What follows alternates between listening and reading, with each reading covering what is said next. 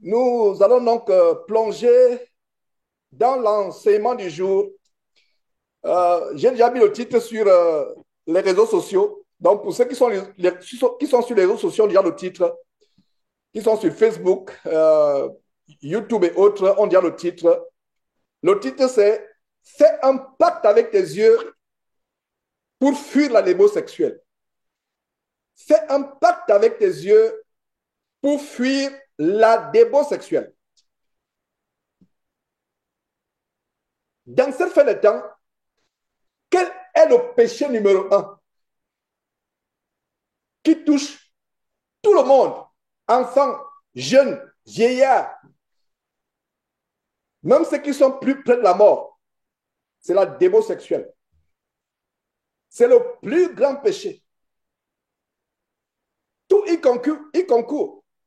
Quand vous voyez la musique mondaine, c'est pour aboutir à quoi? À la démo sexuelle. Quand vous voyez les habillements mondains, c'est pour aboutir à quoi? À la démo sexuelle. Quand vous voyez les dépravations, l'addiction, l'accoutumance sur Internet, c'est pour aboutir à quoi? À la démo sexuelle. Et par la sagesse de Dieu, je vais vous démontrer plusieurs choses. La première démonstration, mes frères et sœurs, c'est que des deux grandes destructions qui sont passées dans la Bible, au temps de Noé, où tout le monde a été détruit, au temps de Sodome et Gomorre, quelle était la cause? Quelle était la cause? La quoi? Vous le savez, la démo sexuelle. L'histoire peut nous amener à comprendre ce qui se passera à l'avenir. Les prophéties bibliques nous montrent comment, dans la fin des temps, c'est l'amour du monde, l'amour de l'argent, et tout concourt, tout termine par quoi? Par la démo sexuelle. Au temps de Noé, le monde a été détruit. Vous pouvez dire ça en Genèse, pardon, excusez-moi, Genèse chapitre 6 et chapitre 7. Au temps de Noé, tout le monde entier a été détruit à cause de quoi? De la démo sexuelle. Au temps de Lot, en Genèse chapitre 19, deux villes importantes dans l'Antiquité ont été détruites à cause de quoi? La démo sexuelle. La démo sexuelle, elle c'est par quoi? Le monde présent va être détruit de manière apocalyptique, cataclysmique, pour annoncer la. Et ça va coïncider avec le retour de notre Seigneur Jésus-Christ. S'il y a une chose dont on doit être délivré, c'est la démo sexuelle. Et je vais vous démontrer dans cet enseignement que beaucoup parmi nous sont dans la démo sexuelle, même sans s'en rendre compte. Beaucoup sont dans la démo sexuelle sans s'en rendre compte. C'est pour ça que l'enseignement s'intitule Fais un pacte avec tes yeux. Et nous allons voir quelqu'un avant nous qui a compris comment il faut faire un pacte avec ses yeux. Les yeux là, les deux yeux que nous avons là, c'est la porte de notre âme. Les yeux peuvent, les yeux peuvent détruire toute une vie. Tout commence par les yeux. Mon frère, ma soeur, si tu ne sais pas contrôler tes yeux, je te plains. Contrôle ce que tu regardes dans la rue. Contrôle ce que tu vois sur Internet. Surtout vous, les jeunes gens. J'ai été tellement choqué. J'ai reçu un email. Je vais pas donner le nom de cette personne. Elle est du Cameroun. Un email choquant. Je ne vais pas. Je vais tout simplement lire. Je ne donne pas son nom. Oh là là. Elle est du Cameroun. Elle dit Sœur en détresse. Le titre de l'email, c'est Sœur en détresse. Et quand le titre dit Sœur en détresse, à mon niveau, avec beaucoup de douceur, j'ai la compassion pour elle. Nous devons avoir la compassion pour tous les pécheurs. Mais les choses qu'elle décrit, une sœur en Christ ne peut pas faire ça. Et vous voyez, ce qui est dommage, c'est qu'aujourd'hui, oh mon frère, oh ma sœur, non, non. Ce n'est pas tout le monde qui est mon frère, ce n'est pas tout le monde qui est ma sœur. Jésus disait, mon frère, ma sœur, ma mère, etc. C'est celui qui fait quoi? Qui pêche, qui fait ma volonté. Donc l'histoire de sœur là, donc elle commence, le titre de son email c'est Sœur en détresse. La première réponse que je voulais lui dire, c'est que je suis un peu affligé par le titre. Parce que le titre ne coïncide pas avec le contenu, le contenu que je suis sur le point de vous lire. Ça ne coïncide pas. Et c'est une sœur en Christ. Elle dit qu'elle est une sœur en Christ. Et qu'est-ce qu'elle dit? J'espère que vous allez bien. J'ai 33 ans et je vis au Cameroun. J'ai été diagnostiqué séropositif depuis 2 ans. Et je suis mon traitement. Donc, elle a le sida. Ce qu'on appelle en anglais HIV. Donc, elle a été diagnostiquée depuis 2 ans et je suis mon traitement. Je vis une vie de débauche sexuelle parce que j'essaie de survivre. Regardez, elle a été diagnostiquée. Elle ne dit pas que je vivais, mais elle dit que je vis. Donc, elle vit une vie de débauche sexuelle. Elle continue à contaminer le sida à d'autres personnes et elle met dans le titre Sœur en Christ. Vraiment, c'est tellement affligeant. Elle vit une vie de débauche sexuelle et elle dit Sœur en Christ en déteste. Je n'ai pas répondu à l'email. Je ne sais pas si un frère peut me conseiller comment répondre à cet email, mais j'aborde cela publiquement parce que ça m'a tellement choqué. Je vis une vie de détresse parce que je suis obligé de manger, je suis obligé de survivre. J'ai été diagnostiqué 2 ans de sida et malgré le fait que j'étais diagnostiqué, je continue, je n'ai pas encore eu des opportunités de travail, mais je sais que quel que soit le temps, le Seigneur m'accompagne. Le Seigneur. Et voilà le problème, mes frères et sœurs. Nous sommes prompts à prononcer le nom du Seigneur. On n'a pas peur. Quand on dit Seigneur, c'est avec beaucoup de crainte. Je ne suis pas en train de juger cette jeune femme de 33 ans au Cameroun. Non, mais c'est choquant. Le Seigneur m'accompagnera. Je vois qu'au fur et à mesure, il y a toujours des stops qui me freinent. Je prends de l'âge, je stagne toujours et je fais la débauche pour survivre.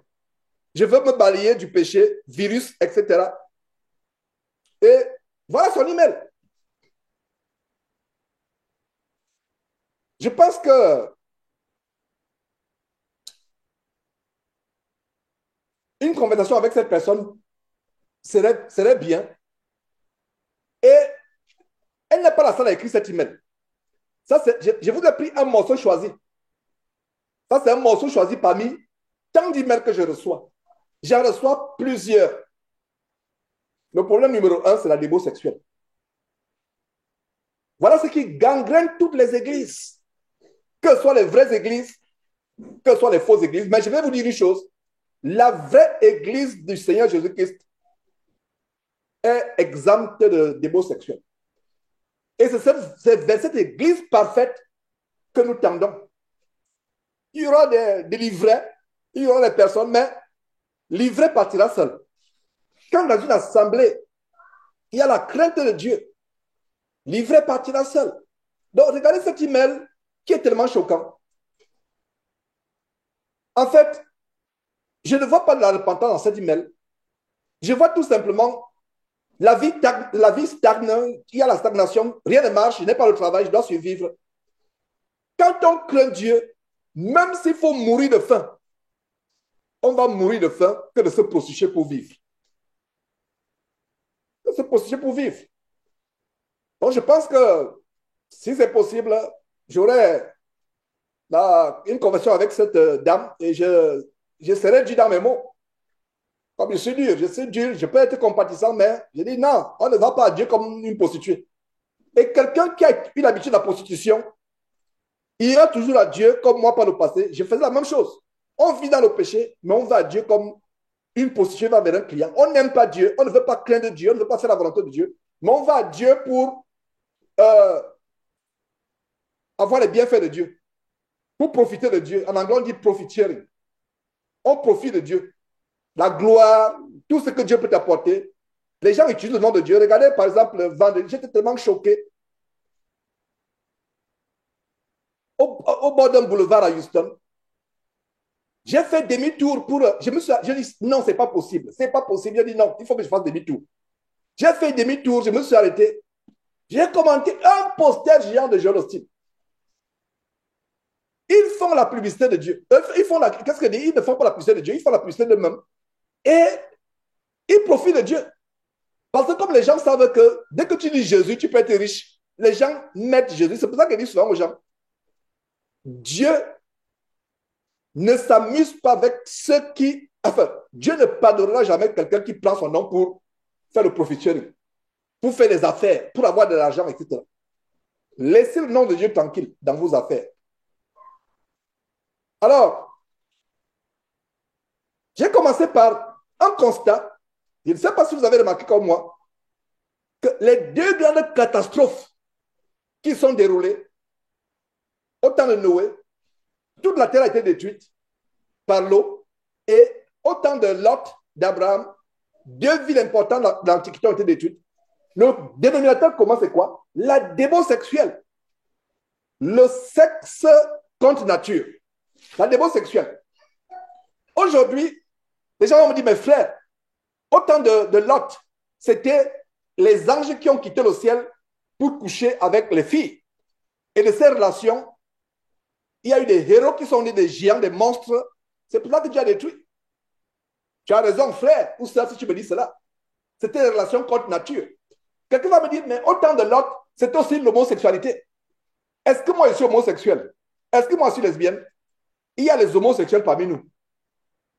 Si tu vas sur Internet regarder des hommes ou des femmes, tu es homosexuel. Tes yeux ne doivent pas se porter sur une image d'un homme ou d'une femme nue. Les films pornographiques, c'est quoi? C'est hommes et femmes qui font des choses sales. Et vous qui allez encore, j'espère qu'il n'y a personne parmi nous ici présent sur Zoom, peut-être vous qui êtes dans la repage sur Facebook actuellement. Mais quand tu vas voir un film X, pour éviter ce mot, tu vois un homme et une femme qui font des choses abominables. Tes yeux se portent sur la nudité d'un homme et d'une femme. Si toi tu es homme, tu deviens homosexuel.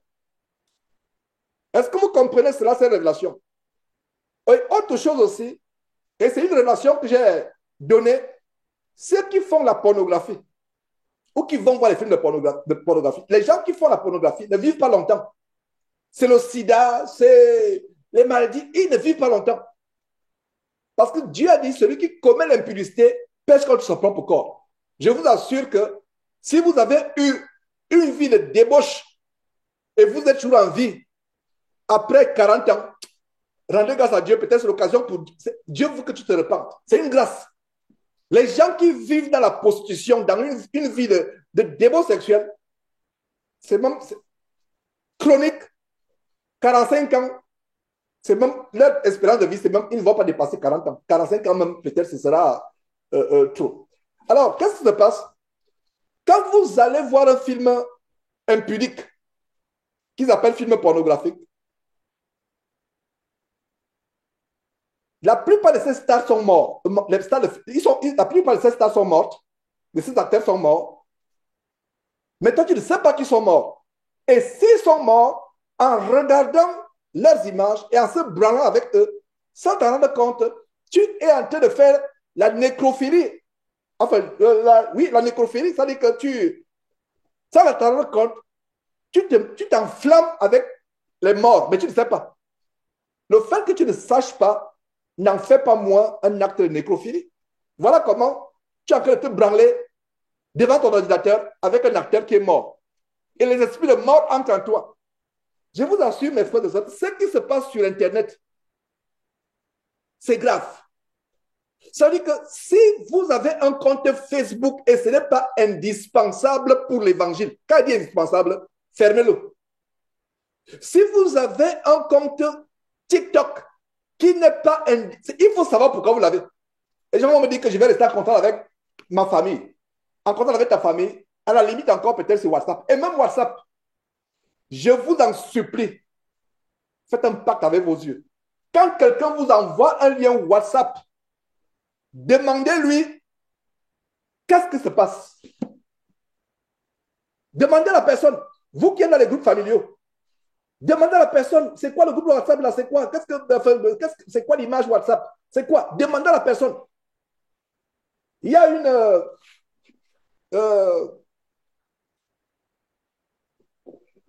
jeune dame d'Afrique qui nous envoie un message vocal. Elle pleurait dans le message vocal. Elle suit les émissions derrière Jésus-Christ TV, elle suit ses enseignements, mais elle pleurait. Elle envoie le message en pleurnichant. Qu'est-ce qu'elle a vu on lui a envoyé une image d'un grand-père, qui violait sa petite fille. Et la petite fille, le bébé, pleurait. C'est ce qu'elle décrit, le bébé poussait des cris vraiment, c'est même indescriptible. Elle pleurait. Confort l'a conseillé. Elle dit, ma soeur, tu ne peux pas aller te souiller les yeux avec ces choses. Pourquoi tu peux regarder, pourquoi tu me permets à tes yeux de regarder de telles choses? Pourquoi es-tu là, tu regardes? Même ici aux États-Unis, on surprend ton... Regardez le téléphone là. On surprend ton téléphone avec une image, une vidéo comme celle-là. Tu vas en prison. Tu vas en prison. Quelqu'un vous envoie des textes, bloquez la personne. Beaucoup de personnes se sont retrouvées en prison aux États-Unis parce qu'ils ont des images impures, surtout la pédophilie dans leur téléphone. Ils se retrouvent en prison pendant 30 ans, 40 ans. Si vous donnez le Texas, on peut vous donner 80 ans. Nous sommes dans un état où on ne s'amuse pas avec les prisons. Et par la grâce de Dieu, je pourrais faire un documentaire dans une des prisons, d'une des plus grandes prisons des États-Unis. Je pense que c'est. Je pense qu'il faut que je fasse un peu un documentaire sur la prison, l'une des prisons les plus. Là, on tue les gens presque tous les mois là-bas. On exécute.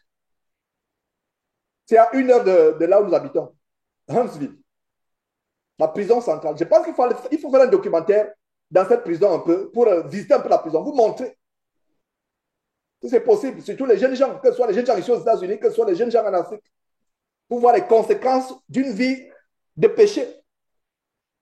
Alors, elle pleurait. Elle dit, ouais, vraiment, qu'est-ce qui m'a pris? Voilà. Comment ces images vont partir de sa tête? Comment ces images? Dieu peut lui pardonner à cette sœur-là. Mais elle a péché. Elle a vu ce qui tu n'es pas supposé voir. Donc, faites attention. Même nous qui sommes derrière cette trompette Jésus-Christ TV, il faut faire les recherches. On est prudent. Je ne vois pas tout. Je ne vois pas tout. Quand quelqu'un m'envoie un message, les gens, il y a des correspondants qui m'envoient, genre, est-ce que tu peux parler de ça? Il dit, il s'agit de quoi? Explique-moi. La personne explique, non, voilà. Je dis, oh frère, pourquoi tu as regardé ça? Pourquoi tu as regardé? Ne regarde pas ça. Maintenant, la femme pleurait. Elle est choquée. Elle voyait. Mais tu es là, tu vois jusqu'à la fin. Pourquoi tu vois ces choses? Pourquoi tu vois? Le monde ira de mal en pis. Le monde ira de mal en pis. Fuyons ces choses, fuyons Internet. Je commence par ces conseils. Vous qui êtes sur Facebook, actuellement en train de me suivre, je préfère que vous fermiez votre compte Facebook que de me suivre. Fermez votre compte Facebook si ce n'est pas important. Si vous voulez me contacter, Dieu vous donnera moyen de me contacter. La plupart des gens avec qui je suis en contact ne sont pas forcément passés par Facebook. TikTok, si ce n'est pas important, fermez. Instagram, tous les autres comptes des réseaux sociaux, fermez, fermez, fermez, fermez. Ne souillez pas vos yeux. Beaucoup de gens pêchent. Parmi nous, même nous qui sommes dans Zoom actuellement, nous pêchons même sans nous en rendre compte. Il y a l'homosexualité parmi nous sans s'en rendre compte. Un homme comme toi, tes yeux ne doivent pas voir le sexe de notre homme. Si tes yeux voient le sexe de notre homme, dis-moi qui tu es. Sans t'en rendre compte, tu es homosexuel. Sans t'en rendre compte, tu es comment? Homosexuel. Toi, une femme comme toi, tu vas sur Internet, tu vois une autre femme nue. La seule unité que tu dois voir, c'est la tienne. Ou celle de tes filles. Et celles de tes filles, quand elles sont encore à l'âge où tu peux t'occuper d'elles. Mais si elles ont à tel âge où elles s'occupent d'elles-mêmes, sauf si elles peut-être qu'elles tombent malades, tu dois... Mais, non. Faisons attention. C'est les avertissements. Beaucoup parmi nous iront en enfer à cause de l'abus sexuel. Ayant mis ces mises en garde, plongeons maintenant dans l'enseignement, mes frères et sœurs. Voyons donc comment un merveilleux homme qui craignait Dieu,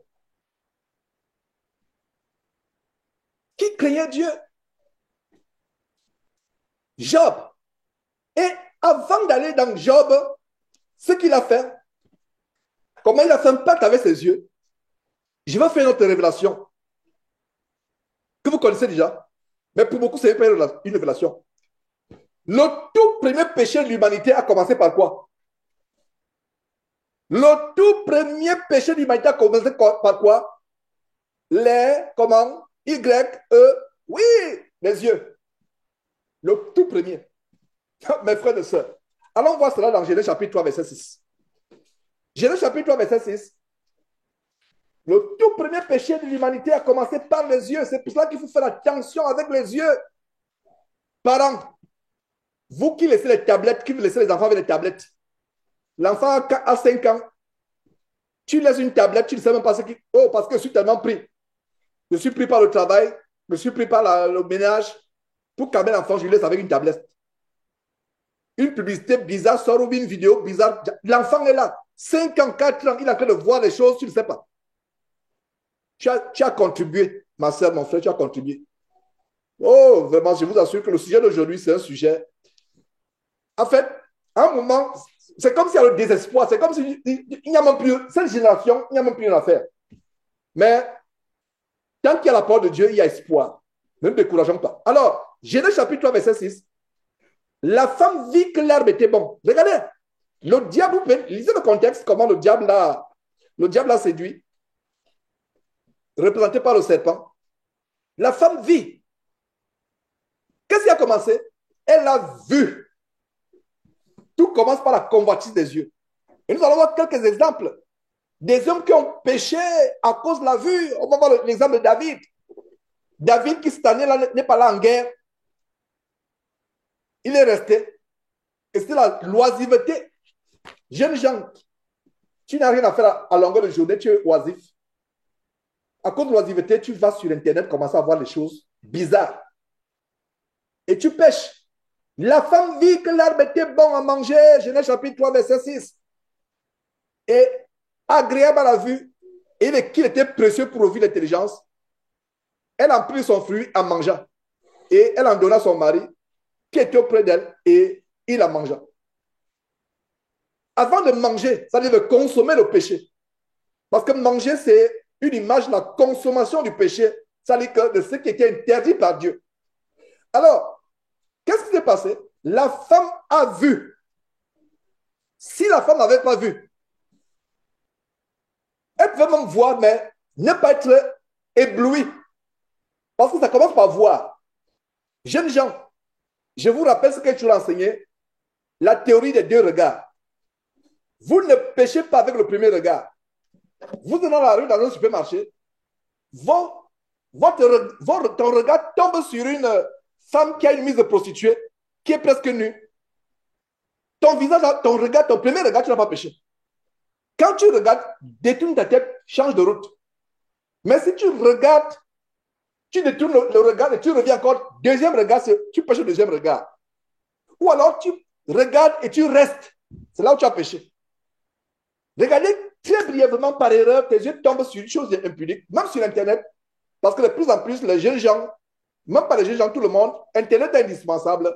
Les études, pratiquement sur Internet. Les devoirs, les professeurs qui donnent les devoirs, vous devez faire des recherches sur Internet. Même le boulot, la plupart des gens travaillent maintenant par Internet. C'est incontournable. Il peut arriver qu'une image jaillit et je vous assure que s'il est possible, faites le contrôle parental. Surtout nous qui avons des enfants. Faisons le filtrage. On filtre ce qui peut jaillir. Cet enseignement est lié avec ce qu'on a vu il y a quelques semaines, ou une semaine ou 2 semaines, 3 semaines, à savoir le fait étranger, je pense que c'est 2 semaines, le fait étranger. Ce que nous voyons. Donc, le premier regard, le péché, mon premier regard, le péché vient après, soit le second regard, soit le fait qu'on regarde et on reste. Alors, qu'est-ce qui se passe avec Job? Regardez ce qui se passe avec Job. Job était un homme intègre et droit. Un homme qui aimait Dieu. Dieu était content de Job. Il n'y avait personne qui était sur la terre comme Job. Vous savez quel est le secret de l'intégrité de Job? Jeune homme, jeune fille, mon frère, ma soeur, suis le secret de Job et tu seras aimé par Dieu. Pourquoi Dieu aimait Job? Pourquoi Job était droit? Il y a une révélation au chapitre 31 de Job. Lisons Job chapitre 31. La révélation hier. Qu'est-ce que Job a fait? Job a fait ce que beaucoup de jeunes gens doivent faire. Job, c'est juste avant le livre de Psaume. Job dit ceci. J'avais fait un pacte avec mes yeux et je n'aurais pas arrêté mes regards sur une vierge. Souligné vierge. Job a fait un pacte avec ses yeux. Voilà d'où j'ai pris le titre de l'enseignement de ce matin. Fais un pacte avec tes yeux pour fuir le péché. Voilà là où j'ai pris le titre. Parce que les gens m'ont dit, mais ça c'est quel titre encore? Qu'est-ce que j'ai inventé là? Non. Quel pacte encore? Quel pacte? Comment on doit signer un pacte avec nos yeux? Non, je n'invente rien. Job a fait un pacte. J'avais fait un pacte avec mes yeux. Frères, sœurs, enfants, fais un pacte avec tes yeux. Je t'assure, je te garantis, tu seras aimé par Dieu. Tu seras un enfant à part dans cette génération perverse et corrompue. Fais un pacte avec tes yeux. Alors, j'avais fait un pacte avec mes yeux et je n'ai pas regardé, arrêté. Voilà. Qu'est-ce que je vous ai dit? Job révèle la théorie du premier et du deuxième regard. Job révèle cela, incroyable. Et Dieu m'est témoin. Quand Dieu m'a inspiré la théorie du premier et du deuxième regard, je n'ai pas fait de rapport avec le verset 1. C'est maintenant que je fais le rapport avec la théorie du premier et du deuxième regard. Qu'est-ce que Job dit? Je n'aurais pas arrêté mes regards, souligné arrêter mes regards. Voilà de quoi je parle. Dès que tu vois, enlève tes regards. Mais ce que tu vois et tu laisses tes regards, c'est là où tu pêches. Oh mes frères, quelle révélation. Voilà ce que j'enseigne depuis quelques années. La théorie du premier regard et du deuxième regard. Tu ne pêches pas quand tu... Dès que tu as vu quelque chose, détourne ta tête, pas de là. Sur Internet, ça jaillit. Ferme l'ordinateur. Ne cherche même pas à cliquer. Non, ferme l'ordinateur, déconnecte tout. Et je ne sais pas, débranche et allume à nouveau l'ordinateur. Pas de là en direct, en courant. Même chose dans la rue. Tu es dans une allée dans la rue, quelqu'un,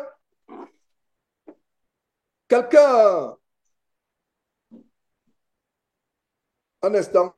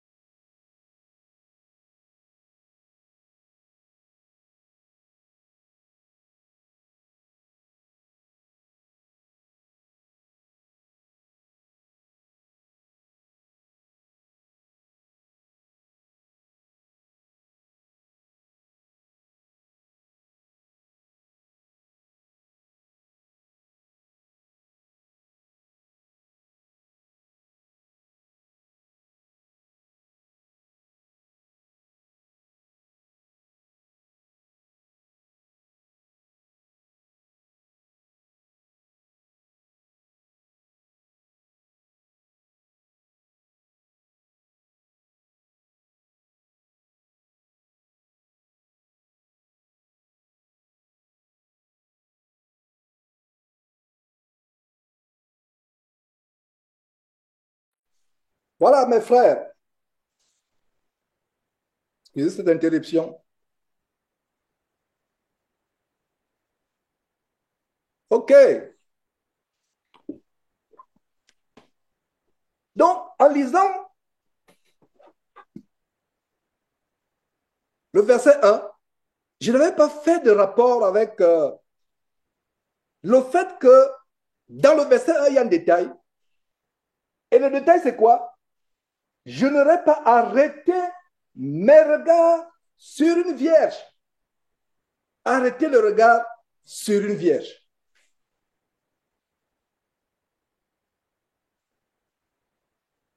arrêter les regards sur une vierge. Ça, c'est important, il faut souligner cela. Donc, je reprends, j'insiste, et ça, c'est justement des enseignements d'encouragement pour les jeunes. La première chose, c'est il y a un retard avec la caméra, bref.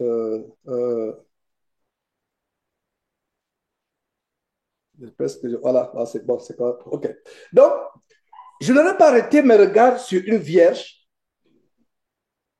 Arrêter mes regards, c'est ça l'important. Et comme je le disais, tu veux être comme Job aux yeux de Dieu, fais un pacte avec tes yeux, fais un pacte avec tes yeux. Voyons ce qui est arrivé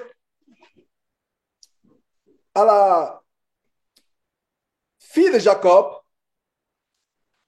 que Léa lui avait donné. Jacob avait deux femmes, Rachel et Léa. Allons dans Genèse chapitre 34, on va voir ce qui est arrivé. Comment les gens de la ville ont fait le contraire de Job et ils ont profané une vierge. Ils ont profané une vierge Dina. Et si vous lisez la suite, oh, les frères de Dina se sont vengés de manière épique. Ils ont décimé presque toute une ville. Tous les hommes pour venger leur sœur. Mais rien ne pouvait changer ce qui est arrivé. Voilà ce qui s'est passé. Lisons à partir du verset 1. Dina, la fille que Léa avait enfantée à Jacob, sortit pour voir les filles du pays. Sortit pour voir. Voilà là où le mal de Dina est arrivé, a commencé. Elle est sortie. Jeune fille, ne sors pas de la maison de tes parents n'importe comment. Ne sors pas n'importe comment. Pas voir les méchants garçons dans le quartier qui te guettent depuis, qui te pillent. Ils attendent la moindre occasion. Ne sors pas n'importe comment. Ne sors pas n'importe comment. Fais attention. Dina sortit pour voir les filles, pour se balader, pour voir les copines. Parce qu'aujourd'hui, on va dire copines. Elle est sortie pour voir les copines. Toi qui crains Dieu, ne sors pas pour aller voir les copines. Jeune fille. Jeune fille, ne va pas sur Internet pour trouver les copines. Non, ne va pas sur Internet, ne sors pas. Tu sors, tu vas voir ce qui va t'arriver. Elle sortit pour voir les filles du pays. Elle fut aperçue. Verset 2, elle fut aperçue. Celui aperçu, King James parle de sort. C'est-à-dire, elle fut vue. Moi, j'ai toujours King James à côté de lui second. Et apercevoir, effectivement, c'est notre mot, c'est synonyme pour voir, n'est-ce pas? Mais elle a vu. Elle a été vue. On l'a vue. King James dit que saw her, c'est-à-dire qu'on a vu. Donc, apercevoir, c'est comme voir. Elle était vierge. Elle n'avait connu aucun homme. Elle était vierge. Elle sort. Et voilà comment elle est déshonorée. Verset 3. Donc, elle fut aperçue de Sichem ou Sichem. Sichem, c'est le nom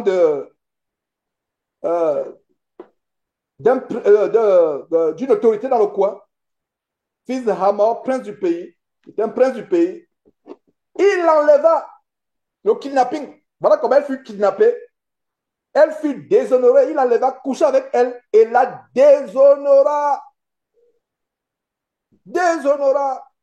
Et au verset 5, vous pouvez lire la suite. Jacob a appris qu'il avait déshonoré Dina, sa fille. Et comme ses fils étaient au champ avec son troupeau, etc. Regardez, elle a été déshonorée. Imaginez-vous le cœur de Jacob. Le cœur de ta fille vierge qui est kidnappée, qui est violée. Sichem ou Sichem, peu importe ce qui vous plaît, ne connaissez pas Dieu. Il a agi selon sa nature païenne. Mais la plupart des soi-disant chrétiens font pire que Sichem. Dans leur quartier, ils passent le temps à guetter les filles. Aujourd'hui, même, ce n'est même plus dans le quartier. Sur Internet, on va de compte en compte. On n'est plus que Sikem. Oh, chrétien Sikem, repends-toi. Chrétien Sikem ou Sichem, repends-toi. Cesse d'aller sur Internet, regarder les filles. Cesse de regarder les filles à l'école, au lycée, au collège, à l'université, dans ton lieu de travail. Pire encore, il y a certains qui sont mariés. Ils ont leur femme, mais continuent à aller regarder les filles. Soit dans le quartier, soit dans le lycée, soit sur Internet. Je ne parle pas d'eux parce qu'ils ne connaissent pas la parole de Dieu, mais je parle de soi-disant chrétiens. Tu crains Dieu, ne fais pas comme Sikem. Regarde la différence entre Sikem et Job. Job a fait un pacte pour que ses regards, il va faire un pacte avec ses yeux, pour que ses regards ne s'arrêtent pas. Et ça, le péché. Quand tes regards s'arrêtent sur quelque chose d'impunique, c'est là où tu as péché. Tu vois et tu pars de là. Donc, il y a une différence entre Job et Sikem. Voilà la différence. À l'opposé de Job qui a fait un pacte pour ne pas déshonorer. Parce que Job se disait que regarder comme une vierge, il peut la convoiter dans son cœur. Et vous allez voir maintenant le rapport entre Job et le commandement du Seigneur Jésus-Christ en Matthieu chapitre 5, verset 28. Que dit Matthieu chapitre 5, verset 28? Jésus-Christ parle. Moi, je vous dis que quiconque regarde une femme pour la convoiter, est-ce que vous voyez le rapport avec Job? Job ne voulait pas se souiller. Donc, regardez comment Job avait anticipé la doctrine de Jésus-Christ. C'est merveilleux. Job anticipait. Job vivait déjà au temps de Jésus-Christ. Alors que Jésus n'était pas encore là. Des centaines et des centaines d'années avant. Mais Job vivait déjà dans la pensée de Christ. Même les voisins de Job devaient peut-être dire, mais toi aussi tu exagères. Tu vas me dire que regarder seulement une vierge, c'est péché. Et c'est que certains chrétiens vont vous dire aujourd'hui. Les gens vont vous dire, non, Georges, tu exagères. Vous là, vous exagérez. Vous qui suivez Georges là. Il vous amène dans une secte. Oh, quelle merveilleuse secte qui conduit au ciel. Oh là là. Quelle merveilleuse secte qui conduit au ciel. J'aimerais dans cette secte-là. Et non dans la secte abominable du ministère avant où j'étais dépouillé, où j'ai vécu dans la débauche sexuelle à cause des mauvais enseignements que j'ai reçus. J'aimerais être dans une secte où on me dit, crains Dieu, repens-toi du péché, fuis le péché, abandonne le péché, abandonne le mensonge, le sexe avant le mariage. Vous voyez comment c'est nous qu'on insulte. On dit, non, le gars là, lui et sa secte là, vraiment, c'est moutons qui le suivent. Oh, vraiment, c'est terrible. C'est terrible.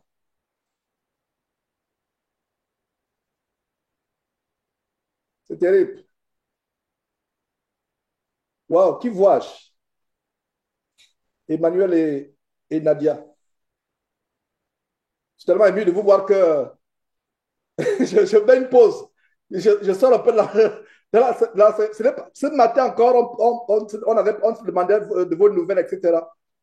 J'espère que vous vous portez bien. Vous avez été dans mes pensées tout ce temps-là. J'ai essayé de vous joindre à plusieurs reprises. J'ai écrit.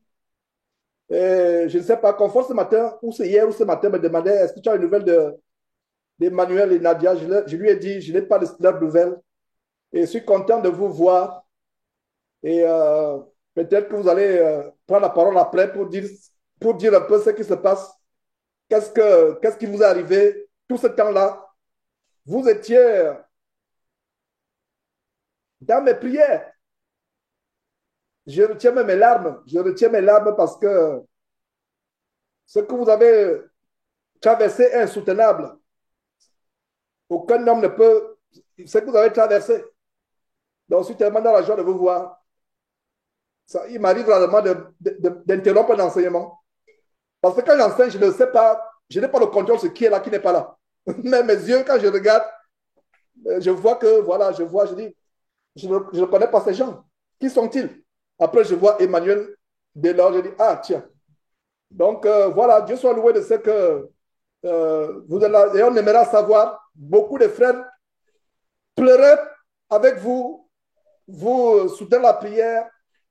On se demandait, qu'est-ce qu'il y a, où en êtes-vous? Est-ce qu'il y a une issue? Est-ce qu'il y a quoi? Est-ce qu'il y a une nouvelle? Est-ce que ça s'est empiré? Peu importe. Donc, Je n'ai pas prévu que les gens prennent la parole, mais de manière exceptionnelle, je te passerai la parole dans quelques instants quand je vais finir avec l'enseignement. Donc, soyez euh, les bienvenus. Mais déjà, je peux voir que physiquement, vos visages, Nadia et toi, ne dégagent pas les gens qui sont dans la détresse. Donc, voilà. Dieu soit loué, Dieu soit loué. Je suis tellement content de vous voir et je suis content de vous voir. Content de vous voir. Beaucoup de gens ne savent pas ce qui s'est passé avec Nadia et, euh, et Emmanuel. C'est un film d'horreur. Ce qu'ils ont vécu avec le gouvernement allemand qui a pris tous leurs enfants, y compris un bébé de quelques jours. Ils sont venus prendre un bébé de quelques jours. Donc, ils ont pris tous leurs enfants. Donc, c'est une histoire qui nous a brisé le cœur. Je vous assure que il faut être chrétien pour supporter telle chose. Donc, voilà. Donc, Dieu soit loué. Je ne pouvais pas ne pas marquer une pause. Je ne pouvais pas ne pas marquer une pause. Donc, voilà. Pour exprimer publiquement mon émotion. Et je continue l'enseignement, mes frères et sœurs. Donc, regardez ce qui s'est passé avec en passant. Vous voyez pourquoi c'est bien de mettre la caméra. Voilà. C'est bien de mettre la caméra. S'il n'y avait pas de caméra, c'est ça que dit, mettez la caméra de réunion. Il pouvait être là incognito. Donc, Dieu soit loué pour votre présence. Et peu importe la nouvelle que vous allez nous annoncer, le fait que vous soyez en bonne santé, Dieu contrôle de toutes choses. Que la délivrance de Dieu arrive maintenant, ou dans 10 ans, dans 15 ans, dans 100 ans, peu importe. Dieu contrôle de toutes choses. Soyez encouragés. Alors, retournons à Genèse chapitre 34. Dina, la fille que Léa avait enfantée à Jacob, sortit pour voir les filles du pays. Elle est sortie. Donc, j'étais en train de donner la différence entre Job et Sichem. Cesse d'être tel chrétien Sichem. Les chrétiens Sichem, ils regardent. Ils sont charnels. Ils font la cour à gauche, à droite. Qu'ils soient mariés, qu'ils ne soient pas mariés. Au temps de Jacob, et par la suite, même jusqu'au temps de Jésus-Christ, c'était une abomination pour une femme d'être déshonorée, d'être violée. Pire encore, une vierge. Pire encore, une vierge. Aujourd'hui, quand tu es une vierge, à 15 ans, on t'insulte. Je dis bien 15 ans, ce n'est pas lapsus. Je dis bien 15 ans. Je dis 15 ans. Au Gabon, au Cameroun, une fille dit, fais un témoignage, j'ai 15 ans, je n'ai pas connu. On va dire, ben, toi, tu es ma boule. Ça veut dire qu'au Gabon, français gabonais, ça veut dire que tu es la fille la plus belle qui soit. Parce qu'elle a 15 ans, elle n'a pas connu d'homme.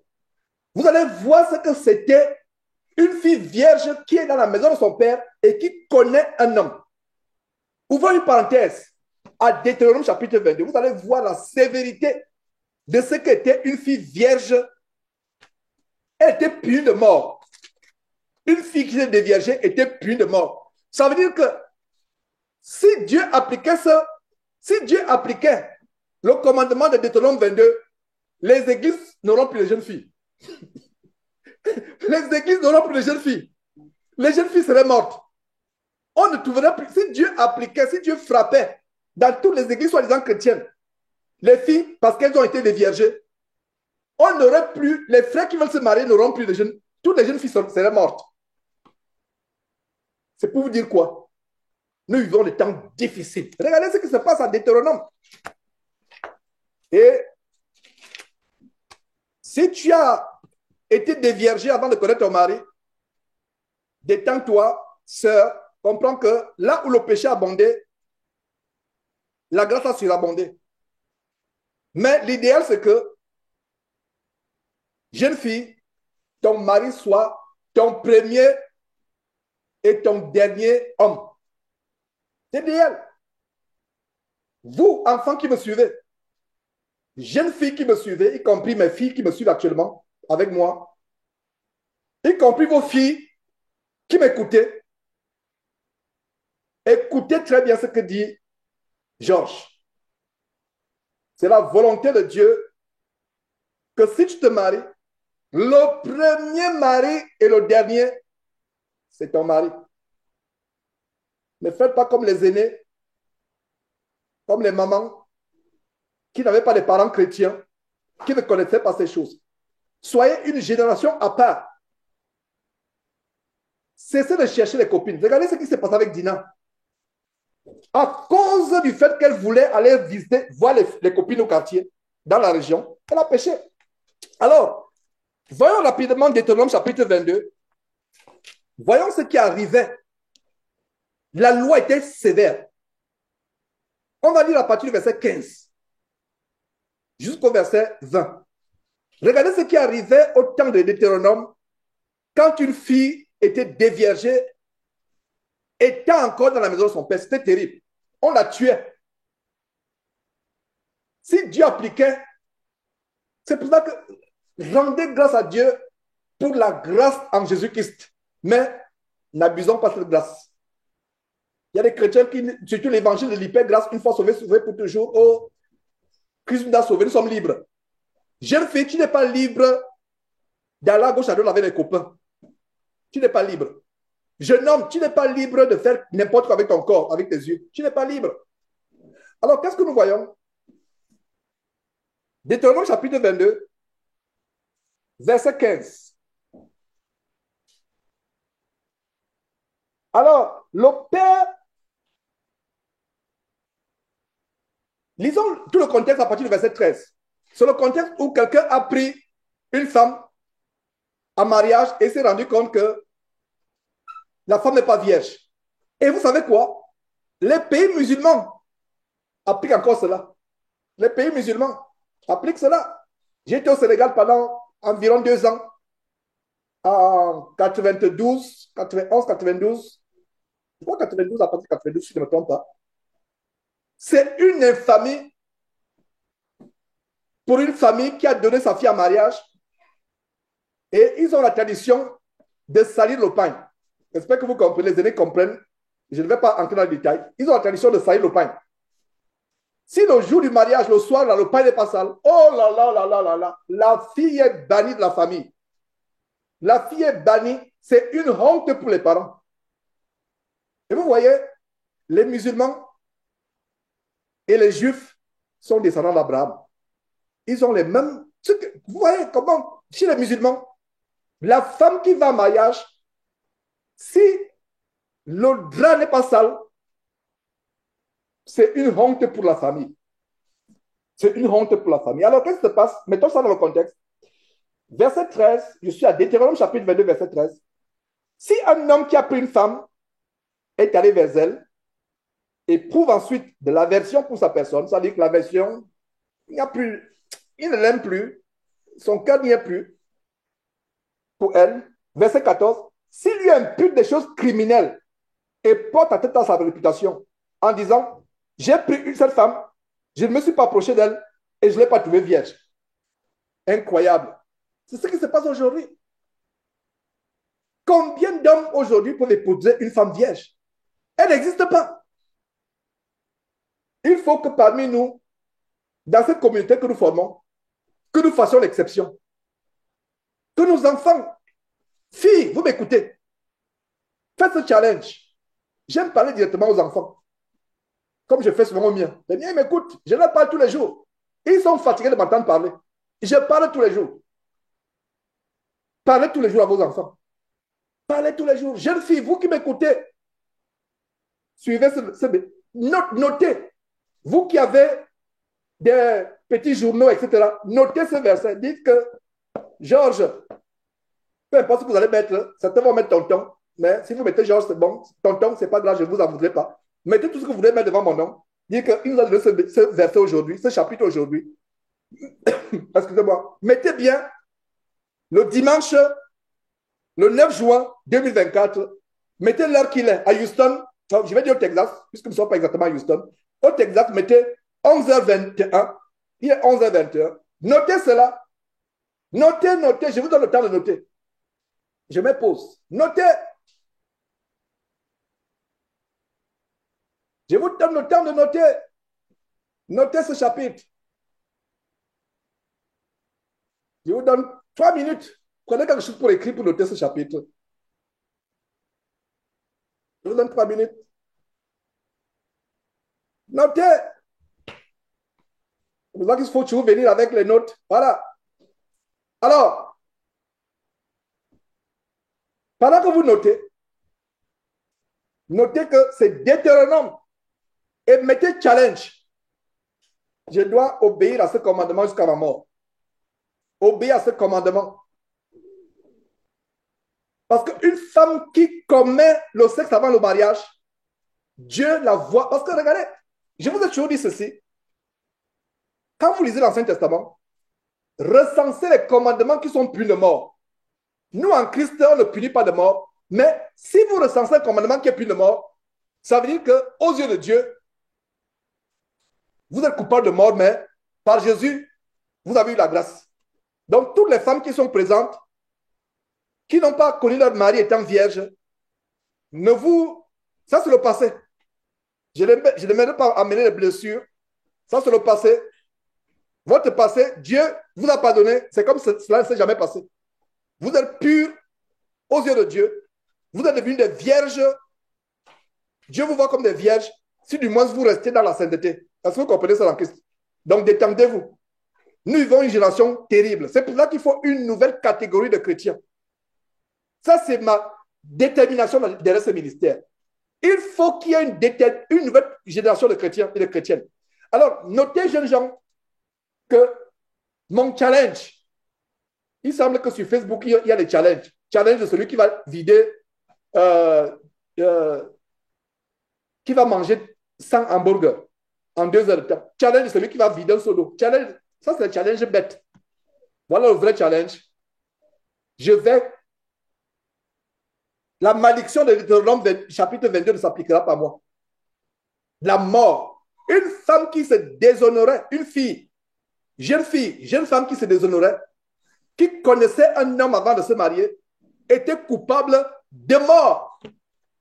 Et je reprends que si Dieu appliquait ce commandement aujourd'hui, les églises chrétiennes seraient vides. Il n'y aurait plus d'enfants, de filles. Il n'y aurait plus. Tu te lèves le matin à l'assemblée, mais les 3 filles qui étaient là, elles sont où? Dieu les a frappées. Tu regardes là-bas, il n'y aura que les hommes et les vieillards, les mamans et les adultes. C'est là où on saurait quel enfant qui fait le désordre, quel enfant qui ne fait pas le désordre. Ma prière, c'est que vous compreniez cela. C'est tellement important. J'espère que vous avez noté. Notez défi. Si c'est le français, mettez défi. Si c'est en anglais, mettez challenge. Challenge. Je prends le défi de vivre selon ce commandement. Je prends le défi. C'est un défi qu'aucun homme ne va me souiller avant mon mariage. Aucun homme. Si je me marie, mon mari sera le premier et le dernier. Que la malédiction de Dina ne vous arrive jamais au nom de Jésus-Christ. Que la malédiction de Dina ne vous arrive jamais au nom de Jésus-Christ. Alors, regardez ce qui se passe. Et maintenant, s'il y a une fille parmi qui m'écoute, qui a été déshonorée, c'est l'occasion de la repentance. Il faut que j'ouvre une porte. Ne te sens pas indigne. Si tu as été déshonoré et tu es parmi nous, ne te sens pas indigne. Si tu es sur Facebook en train de m'écouter et tu es touché par cet enseignement et tu as été déshonoré, c'est l'occasion de demander pardon à Dieu. C'est l'occasion de te repentir. Et une fois que tu deviens chrétienne, Dieu lave. Le sang de Jésus nettoie. C'est comme si aux yeux de Dieu, tu n'avais pas été déviergé. Voilà le mystère de la grâce. Voilà la vraie grâce que j'enseigne. Voilà le mystère. Donc, je ne demanderai pas que les jeunes filles qui sont déviergées se sentent mal. Donc, vous, sur Facebook, surtout sur Facebook, vous n'avez pas été enseigné ces choses. Les faux pasteurs vous enseignent à vivre dans la mondanité avec les faux cheveux, avec les habits, entre guillemets, sexy. Et ils ne vous enseignent pas la piété. Il y a des parents qui encouragent même les enfants à aller, les filles à aller sortir avec les hommes mariés. Comme il y a un scandale au Nigeria actuellement, d'un homme qui a été recherché par la police. Enfin, je ne sais même pas s'il est encore vivant. Un homme, soi-disant homme d'affaires, très riche, qui depuis l'Angleterre faisait disparaître les filles. Sur les réseaux sociaux, il miroitait les restaurants, l'argent, la vie de luxe. Donc, les filles, donc il est allé, il a fait quelques mois de prison en Angleterre. Je ne sais pas comment on a. Je ne sais pas s'il était en connivence avec les autorités d'Angleterre. Il y avait le trafic sexuel, le trafic des organes humains, etc. Donc, il est allé au Nigeria. Même chose, les filles disparaissaient. On publie sur Internet, oh, voilà, nous sommes dans un restaurant, etc. La grande vie, grosse voiture. Et c'est ça aujourd'hui. Avec Internet, surtout vous qui êtes en Afrique, beaucoup de filles se prostituent sans que leurs parents soient au courant. Certains disparaissent.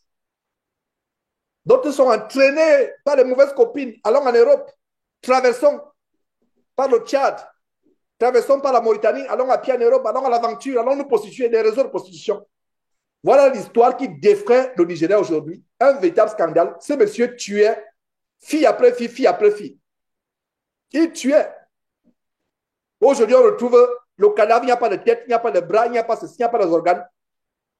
Après, il va sur Internet, il filme, voilà, nous sommes dans un restaurant, etc. Et la fille disparaît. Et on a retrouvé des indices, des preuves. Le sac à main de la fille, qu'elle avait avant de disparaître, se retrouve dans la maison. Bref, c'est une histoire qui défraie la chronique au Nigeria actuellement, qui secoue le Nigeria actuellement. Et les policiers sont impliqués. Il y a l'histoire de corruption où le monsieur est protégé par les grands. Parce qu'il y a tout un réseau, ces grands du Nigeria, non seulement du Nigeria, à travers le monde, même ici aux États-Unis. Vous pensez que ces richesses, ces grosses maisons, ces richesses, vous pensez que c'est simple? Ce n'est pas simple. Ce n'est pas simple. Il y a des sacrifices humains. Il y a des sacrifices humains. Bref. Donc, retournons à notre histoire. Retournons à notre histoire, l'histoire du commandement de Dieu par rapport aux filles vierges. Voilà un homme. Donc, l'homme soupçonne un homme, un nouveau marié qui soupçonne sa nouvelle femme. Il s'est fiancé, il vient de se marier, il soupçonne. Alors, il dit quoi? Si un homme a pris une femme, je lis le verset 13, si un homme qui a pris une femme et est allé vers elle, éprouve ensuite de l'aversion pour sa personne, verset 14, s'il lui impute des choses criminelles et porte atteinte à sa réputation en disant, j'ai pris cette femme, je me suis approché d'elle et je ne l'ai pas trouvée vierge. C'est-à-dire qu'il est allé vers sa femme, sa nouvelle femme, et il trouve qu'elle est déshonorée. Alors, qu'est-ce qui se passe? Qu'est-ce qu'on doit faire? Verset 15. Alors, le père et la mère de la jeune femme, regardez très bien. Oh, pauvres parents. À l'époque, les parents portaient les pots cassés. Et pourquoi Dieu dit qu'on devait prendre le père et la mère? Ça nous montre quoi? Ça nous montre que papa chrétien, maman chrétienne, devant Dieu, tu es responsable de comment les enfants vont devenir. Fais ta part. Élève la voix tous les jours. Avec douceur, avec fermeté, avec rigueur, avec amour. Parle tous les jours. Avertis les enfants. Fais ta part. Il faut que Dieu voie à quel point tu n'es pas laxiste. Parce que nous, parents chrétiens, si nous sommes laxistes, Dieu nous demandera des comptes. Qu'est-ce qui se passe ici? Qui on appelle en premier? On appelle qui? La mère d'abord? Non. L'ordre ici n'est pas par hasard. Regardez le verset 15. L'ordre n'est pas... Notez tous les détails comme disait la Bible. L'ordre n'est pas par hasard. On appelle d'abord le père, et la mère. D'abord le père. Donc dans une maison, c'est d'abord le père. Mais la mère, maman, tu n'es pas exclu. Mais c'est d'abord le père. Le père et la mère de la jeune fille prendront les signes de sa virginité et les produiront devant les anciens de la ville à la porte. C'est ce qui se passe dans les pays musulmans. Le pain sale. Voilà d'où vient le pain sale. Voilà. L'histoire du pain sale, c'est dans la Bible.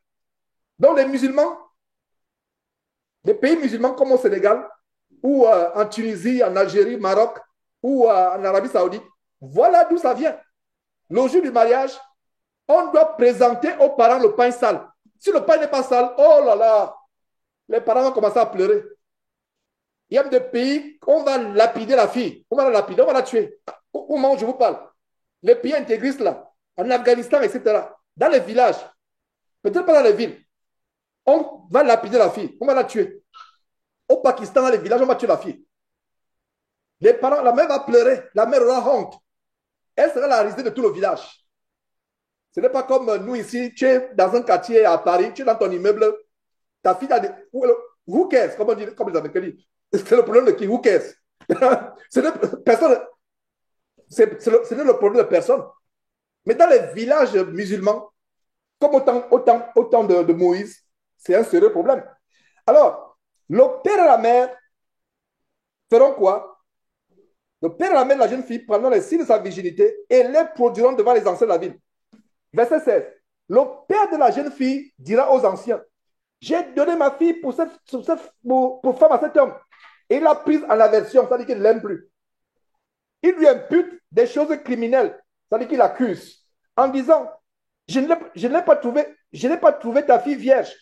Or, voici les signes de la virginité de ma fille, et ils déploieront son vêtement devant les anciens de la ville. Et laissez-moi vous dire qu'à l'époque, on ne peut pas mentir. Vous ne pouvez pas aller égorger un coq pour salir le pain et dire que non, c'est là. Non, il y avait les témoins, et les témoins qui ne sont pas en complicité avec vous. Ce n'est pas possible.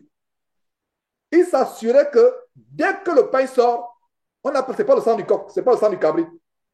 C'est vraiment la saleté corporelle. On devait s'assurer. La Bible a tout. Je vous assure que la Bible a tout. Voilà un cours d'histoire que nous sommes en train de lire. Et même la culture dans les pays musulmans, voilà d'où ça vient. Qui savait que ce que les musulmans pratiquent, c'est exactement dans la Bible?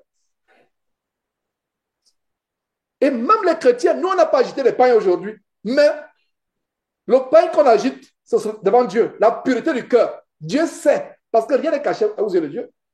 Dieu sait. Alors, verset 17 à nouveau, il lui impute des choses criminelles en disant, je n'ai pas trouvé ta fille vierge, or voici les signes de la virginité de ma fille. Et ils déploieront son vêtement devant les anciens de la ville. Les anciens de la ville saisiront alors cet homme et le châtieront. Donc, si l'homme a menti, c'était risquant pour l'homme.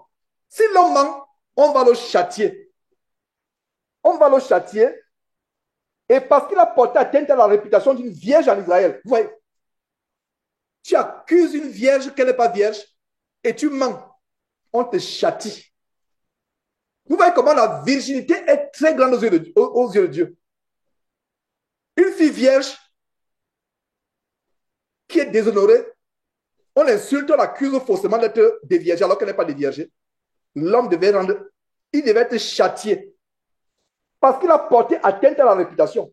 Maintenant, si une fille a été déviergée avant d'aller chez son mari, on l'a puni de mort. Donc Dieu prend cela au sérieux. La virginité a l'image de la sainteté de Dieu. Nous devons enseigner ça à nos enfants. Garçons comme filles. Jeune homme. Le premier, je reprends jeune homme. Jeune homme, écoute-moi attentivement. La première femme que tu as et la dernière, c'est la femme avec qui tu dois te marier. Même tes yeux, la nudité sur laquelle tes yeux tombent, tes yeux s'arrêtent, c'est la première et la dernière. Nous voulons cette nouvelle génération de jeunes gens. Pas les jeunes gens dépravés, les jeunes gens pervers, dépravés, non.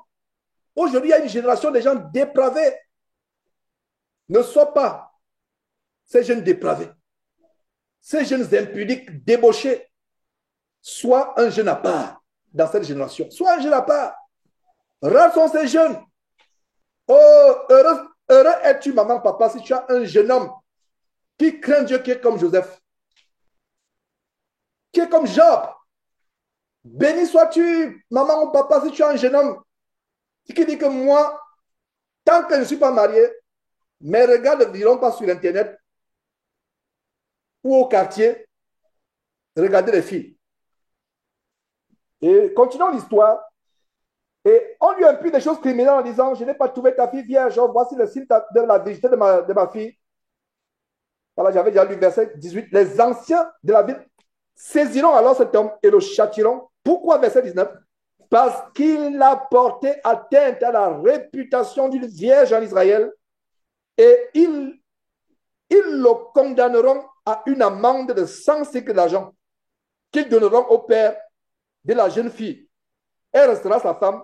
Il ne pourra pas la renvoyer tant qu'il vivra. Donc, tu accuses, il y avait des bandits. Quelqu'un dit non, votre fille là, je pense qu'elle était. Non, non. Vous voyez? Donc, Dieu a veillé sur tous les détails pour confondre les menteurs, les escrocs, les calomniateurs. Il y a les gens, non, je n'aime plus. Il a eu toute une excuse. Bon, votre fille que vous m'avez amenée, non, on a été déshonoré, je ne veux plus d'elle. Non, non, non, reprenez-la. Dieu a prévu un moyen d'exposer le monsieur publiquement. Donc, il fallait le témoin. Les parents devaient garder. Ouais, regardez, on devait garder ce pain. On ne devait pas le détruire. Le pain sale devait être gardé au pont aussi. 6 mois après, il revient, on dit, hey, il y a eu des témoins ce soir-là. Voilà la preuve. Voilà la preuve de ce qui s'est passé. Alors, verset 20. C'est là où je voulais en venir. Pour vous, jeunes filles, regardez le verset 20. Mais si le fait est vrai, si la chose est vraie, si la fille ne s'est point trouvée vierge, qu'est-ce qui se passe? On fera sortir la jeune femme à l'entrée de la maison de son père. Donc, on devait, imaginez au quartier, ou devant l'immeuble, on prend la fille, on la fait sortir, tous les voisins du quartier sont là. On sait que dans cette maison, elle s'est mariée il y a 2 jours, il y a 3 jours, mais elle n'était pas vierge. Tout le quartier sort. On la prend, on la met devant la porte de son père, à l'entrée de la maison de son père. Elle devait être comment? Elle sera lapidée par les gens de la ville et elle mourra. L'homme qui avait accusé injustement, lui ne meurt pas. Tu es châtié, on te punit peut-être probablement avec des coups de bâton. Tu payes 100 cycles d'argent et tu prends cette femme et tu ne la répugieras jamais. Ça, c'est la punition du mari calomniateur qui accusait injustement la fille d'être déviergée alors qu'elle n'était pas déviergée avant de le connaître. Maintenant, si la chose est vraie, oh là là, on prend la fille, on la fait sortir devant la maison du père, on la lapide et elle meurt. En Christ aujourd'hui, on ne lapide pas. Mais aux yeux de Dieu, jeune fille qui a connu un homme avant ton mari, aux yeux de Dieu, Dieu voit la mort sur toi. Jusqu'à ce que tu te repentes, tu deviens chrétienne. Et quand tu deviens chrétienne, aux yeux de Dieu, c'est comme si tu n'avais jamais été déviergée. Est-ce que vous voyez la grandeur, la beauté de la grâce de Dieu? Tu étais voleur. Quand tu viens en Christ, Dieu te voit comme tu n'avais jamais volé. Tu étais prostituée, jeune fille. Quand tu viens en Christ, Dieu te voit comme si tu n'avais jamais commis la prostitution. Dieu te voit pur comme un bébé. Voilà la beauté de la délivrance en Jésus-Christ. Alors, on fera sortir la femme à l'entrée de la maison de son père. Elle sera lapidée par les gens de la ville et elle mourra. Parce qu'elle a commis une infamie en se prostituant dans la maison de son père. Soulignez, en se prostituant dans la maison de son père. Est-ce que cette jeune fille allait, comme un homme, allait demander l'argent pour coucher avec les hommes? Non. Ça veut dire que tant qu'elle était, le temps où elle était chez son père, si elle a connu un homme, Dieu voit ça comme étant la prostitution sur le toit de son père. Regardez ce qui se passe aujourd'hui dans les familles soi-disant chrétiennes. Beaucoup de filles qui sont des vierges, Dieu les voit comme étant des prostituées dans la maison de leur père. Et il y a un petit bonus au verset 22. Le petit bonus, c'est quoi? Si l'on trouve un homme couché avec une femme mariée, ils mourront tous les deux. Si ça s'appliquait aujourd'hui, je ne sais pas si un seul frère sera présent ici ce matin. Je ne sais pas s'il y aura un frère présent ici si ce verset 22 s'appliquait. Mes frères et sœurs, je ne sais pas. La démon sexuelle est ce par quoi ce monde sera frappé. La démon sexuelle est ce par quoi ce monde sera frappé. Nous devons fuir ces choses. Nous devons être saints pour Dieu. Saints pour Dieu.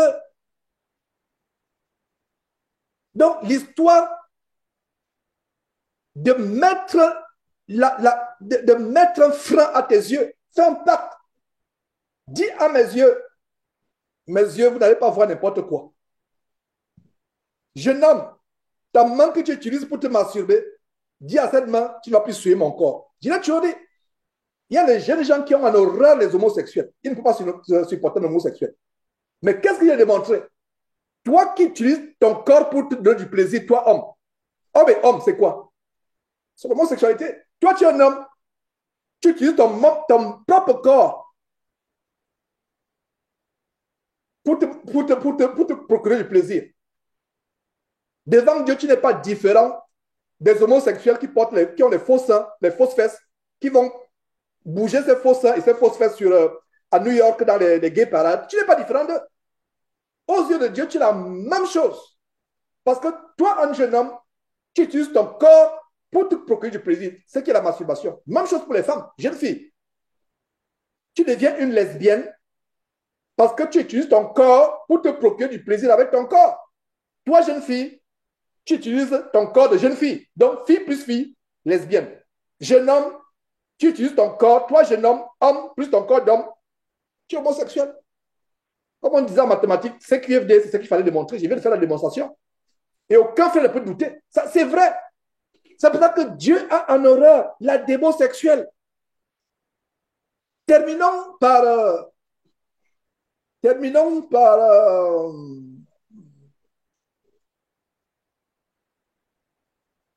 l'histoire de David en 2 Samuel, comment David est tombé dans le péché à cause du regard. David n'a pas fait comme Job. David n'a pas fait comme Job. Si David a fait regardez comment David n'a pas fait comme Job. Et vous allez voir les détails dans l'histoire de David en 2 Samuel, chapitre 11. 2 Samuel, chapitre 11. Donc, on lit, c'est une petite exhortation pour que mes frères, on soit encouragés.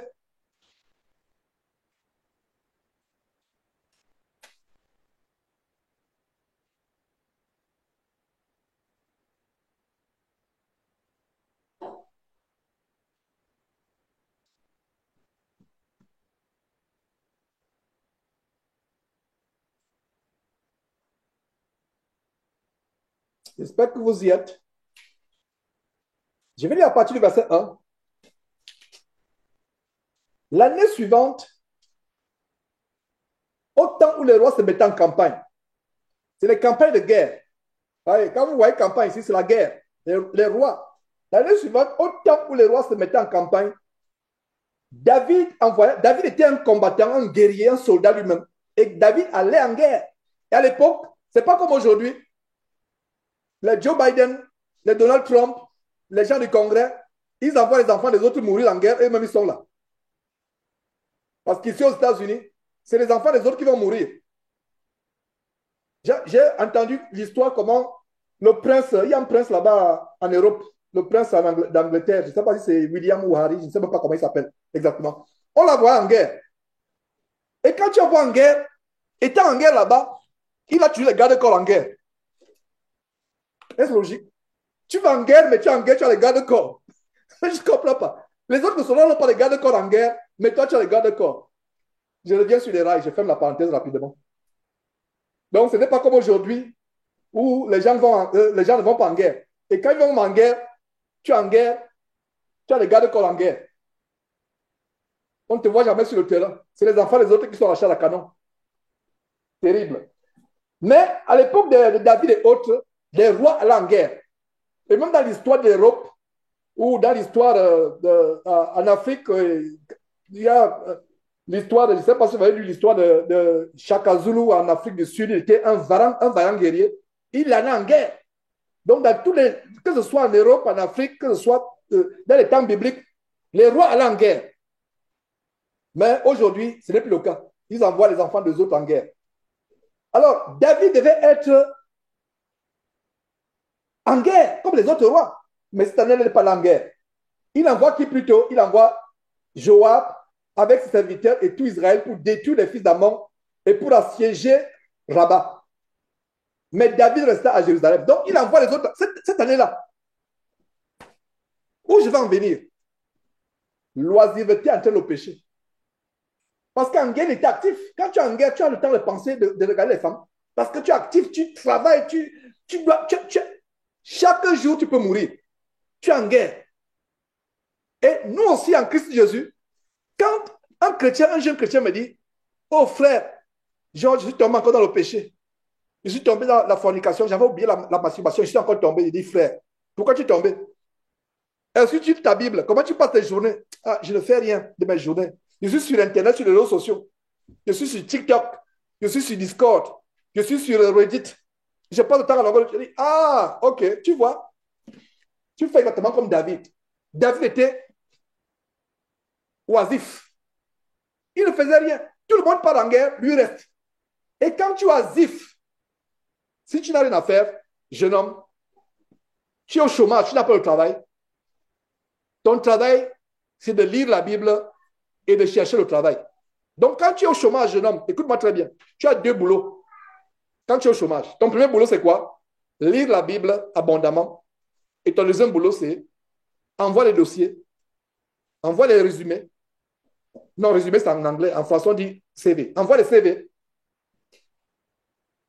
Va de porte en porte avec tes documents en main, en priant. Il y a des gens qui disent, je vous fais une parenthèse, surtout la paresse. Oh, Dieu lui-même, le travail a tombé du ciel. Le travail ne tombe pas du ciel. Vous ne pouvez pas savoir les nuits blanches que j'ai passées quand j'étais à l'école d'avocat. Les nuits blanches pour avoir ce diplôme. C'est un travail intense. Tu étudies, tu as l'impression que la tête va exploser. Tu travailles, tu te concentres. Même chose. Mais il y a les chrétiens qui pensent que quand tu pries Dieu, le miracle va s'accomplir. À moins que tu vas voir Kanguka, où tu vas toucher ça à la télévision et le baccalauréat va tomber ça du ciel. C'est pas comme ça que ça se passe. Tant que tu dois travailler. C'est pas comme à l'époque, on dit à la veille de l'examen, tu n'as pas étudié, tu as passé toute l'année au lycée en allant de fille en fille, et la veille, une semaine après, on te dit, mets la Bible sous le thé d'oreiller. Tu mets la Bible, tu dors là et tu vas passer l'examen. Ça, c'est la magie, c'est la sorcellerie. C'est pas comme ça que ça se passe. Jeune homme, écoutez-moi très bien. Ne soyez pas oisif. L'oisiveté entraîne le péché. Quand tu n'as rien à faire de ta journée, la séduction vient. Voilà ce que je dis souvent aux enfants. Quand vous commencez la journée, l'une de vos premières prières, ça doit être, Seigneur, aujourd'hui, préserve-moi la tentation. La première prière, et c'est non seulement pour les enfants, nous tous. Personne n'a l'abri de la tentation. Si Jésus a été tenté, oh là là, ce n'est pas vous et moi qui ne serons pas tentés. Si tu dis que tu ne seras jamais tenté, tu es un menteur. C'est la preuve que tu vis dans le péché. Mais, si on est discipliné, si on est ferme, on sera tenté, on ne tombera jamais. Donc, le problème numéro un des jeunes, c'est l'oisiveté. On est oisif. Tu ne fais rien de ta journée. Tu ne fais rien d'important. Si tu n'as pas le boulot ou tu ne vas pas à l'école, prends ce temps pour étudier la parole de Dieu. Et non seulement ça, tu étudies la parole de Dieu, passe le temps à chercher le boulot. Passe le temps à chercher le boulot. Donc, ne dis pas que je n'ai rien à faire. Je n'ai pas. Va prêcher la parole. Va à gauche, à droite. Va prêcher la parole de Dieu. Cogne aux portes. Fais des tracts bibliques, distribue, parle l'évangile. Mais quand tu as à longueur de journée sur TikTok, tu as le téléphone. C'est la mode des enfants. Téléphone. À longueur de journée, téléphone. Voilà une porte ouverte pour la débo sexuelle. Et c'est la même chose avec David. David était actif, mais cette année-là, David décide, je suis fatigué, je vais me reposer. Et quand il se repose, qu'est-ce qui se passe? Verset 2. Un soir, David se leva de sa couche. Un soir, à longueur de journée, il se lève. On se lève de la couche quand? Le matin, n'est-ce pas? Mais David, lui, se lève le soir. Qu'est-ce qu'on voit là? David dormait. Il était allongé sur le lit à longueur de journée. Voilà ce qui se passe. Il était allongé à longueur de journée sur le lit. Et sur le soir, il se lève. Est-ce que vous voyez ce détail? Avez-vous remarqué ce détail? Un soir, David se lève de sa couche. On se lève de sa couche quand? N'est-ce pas le matin? Mais lui se lève le soir. Et comme ici, nous ne connaissons pas la sieste aux États-Unis. Aux États-Unis, quand tu parles de sieste, en anglais, nap, on ne connaît pas. Hein? Comme au Gabon, avec je rentre à midi, je mange et je sieste pendant 2 heures de temps, 15 heures, je repars au travail pour rentrer peut-être à 22 heures. On ne connaît pas les choses ici. Quand tu te lèves à 6 heures du matin pour commencer, ou 5 heures du matin pour commencer ta journée, si c'est à minuit que tu termines. Il n'y a pas que 2 heures de sieste, on ne connaît pas la sieste ici. Donc, lui se lève quand les gens dorment. Et c'est le problème des jeunes aujourd'hui. Des jeunes oisifs. Toute la journée, là sur TikTok. Toute la journée. Non, je vais dire toute la journée. Après, quand il n'a plus rien à faire, il s'endort. Quand il s'endort, là, après 19 heures, c'est là où il se lève encore. Pour aller toute la nuit. Jusqu'à 3 heures du matin. 3 heures du matin, il dort jusqu'à, je ne sais pas. Regardez le style de vie. Est-ce que vous voyez tous les détails? Jeune homme, j'espère que tu te reconnais dans la vie de David. Cette année-là. Pourtant, ce n'était pas la vie de David avant. Mais l'année où il a été paresseux, il a été oisif. Qu'est-ce qui se passe? Lui se lève quand les gens vont au lit. Et il se lève pour faire quoi? Suivant. Il se lève. Et comme il se promenait sur le toit, il lui vit la pensée de prier. C'est ça que vous lisez?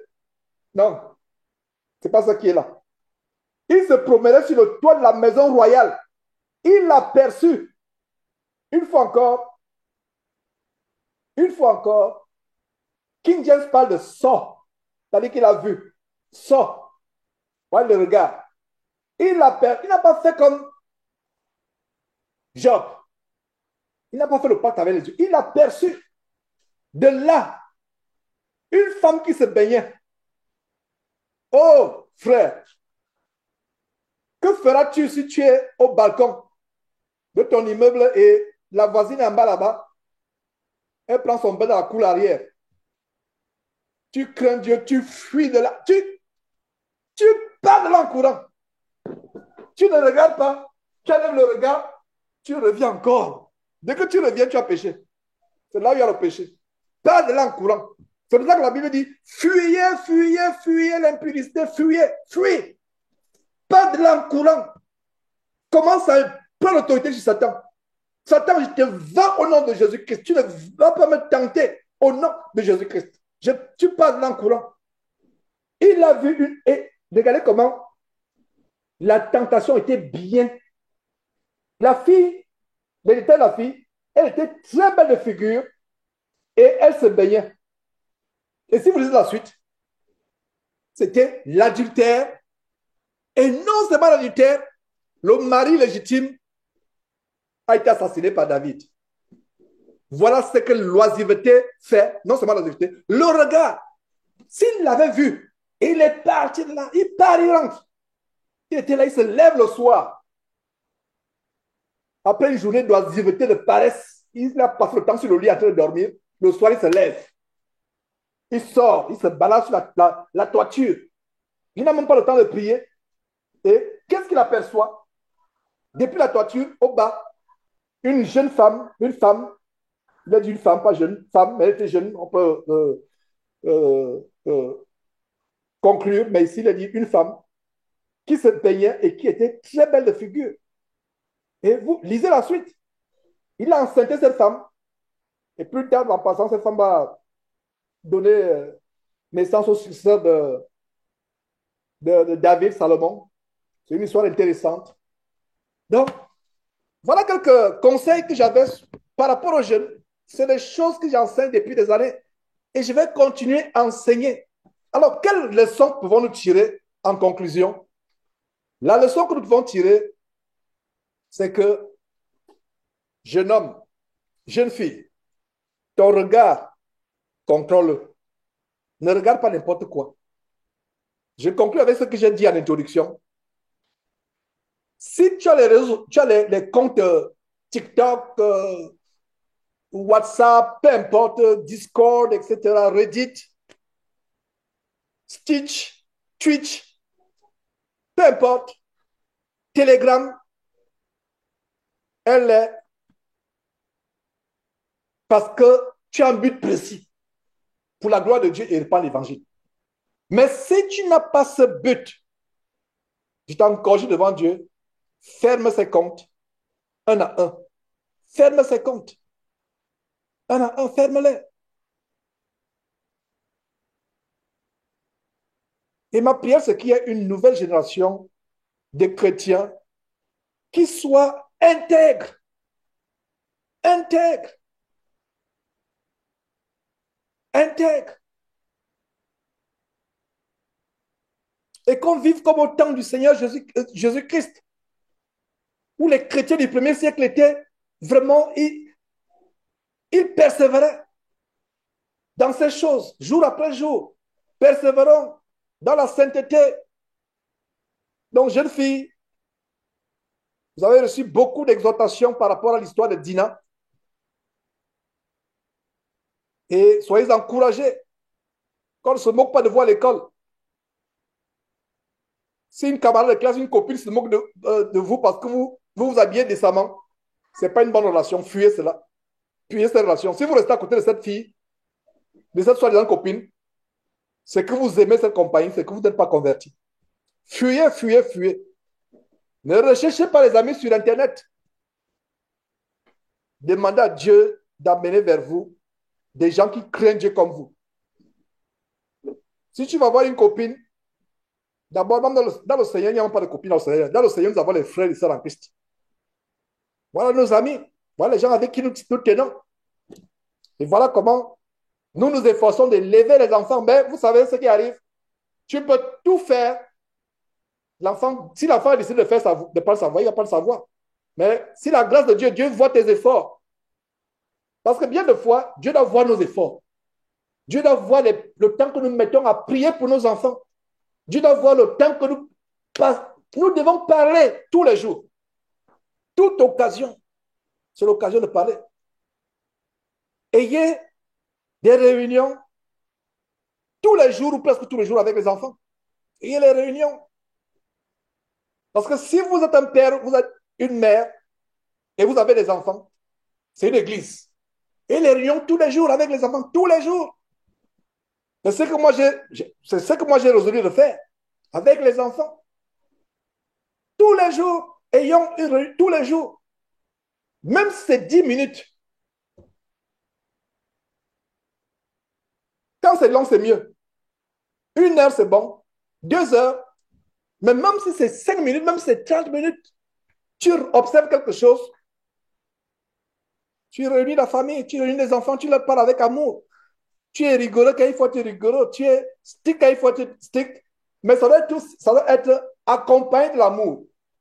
Parce que si c'est seulement la dictature sans amour, il n'y a pas d'équilibre. Et même quand tu es sévère, l'enfant doit voir dans la sévérité l'amour que tu as pour lui. Même quand tu le corriges, l'enfant doit voir dans la correction l'amour que tu as pour lui. Mes frères, c'était ce que j'avais, ce petit message. Rappeler ces choses, encourager les frères.